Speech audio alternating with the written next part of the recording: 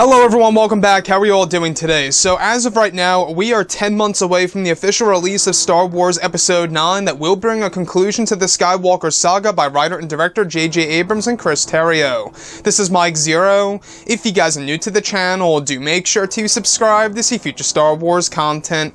Now, one thing that a lot of people are looking forward to seeing in this movie is exactly how J.J. Abrams is going to utilize many of these different characters like Luke Skywalker, Lando Calrissian, General Leia Organa, and even some of the sequel characters like Kylo Ren and Rey.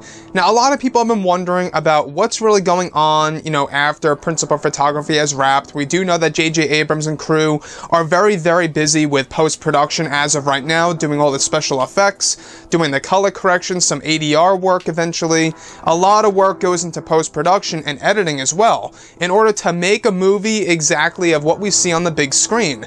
Now, what's really intriguing is that one of the main cast members was able to give his first official reaction, not just with the production, but what he thinks the fans are going to experience and feel like once they go ahead and see this movie come December of 2019.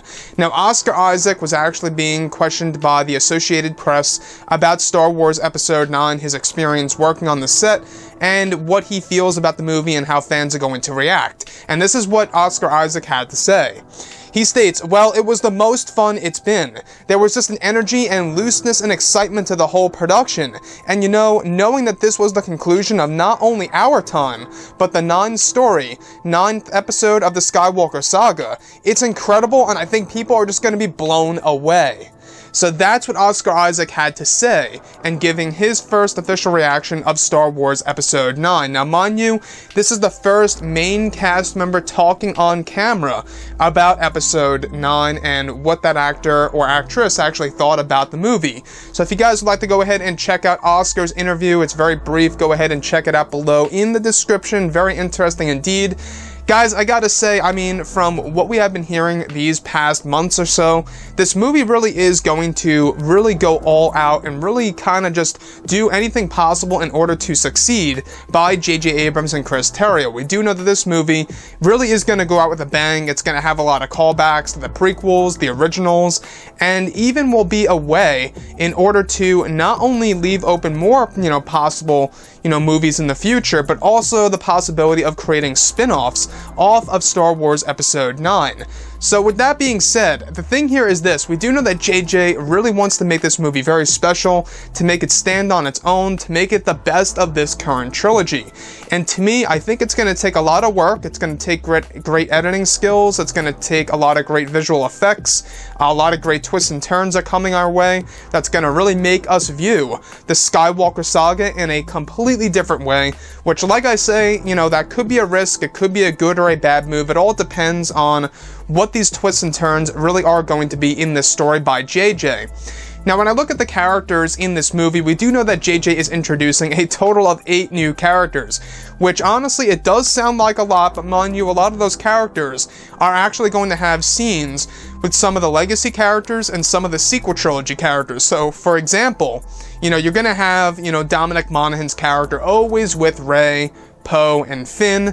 And another great example is, we're going to also have the character Mara being portrayed by Kerry Russell, always being with either, Adam Driver, Mark Hamill, Daisy Ridley, or some of the actors that we are already used to being, seen in Episode 9, or Episode 7 and 8, I should say, that are coming back in Episode 9.